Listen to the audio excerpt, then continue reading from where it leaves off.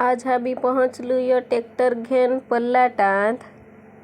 तर पलाटात आम्ही आलो आहोत सनबा पेरायला आज. तर यो आमचे नवरा सनबा पेरत आहे. दरीनच पेरत आहे. हा अढावरीस आम्ही तुरे टाकू, पण तुरी काही यायला होत नाही. तर हे वर्षी आम्ही सनबाच टाकाय आहोत. यो आमचा शेत नांगा ना यो एक शेत खेळून तयार झाला. तर तोपर्यंत आम्ही एक शेत खेळ जाता दुसऱ्या शेतात एक दोन एक तरी तुरे टाकून घेऊ. आणि हे ते दोन एक तुरी पेरले असा करून आम्ही अख्खं शेत खेळवलं.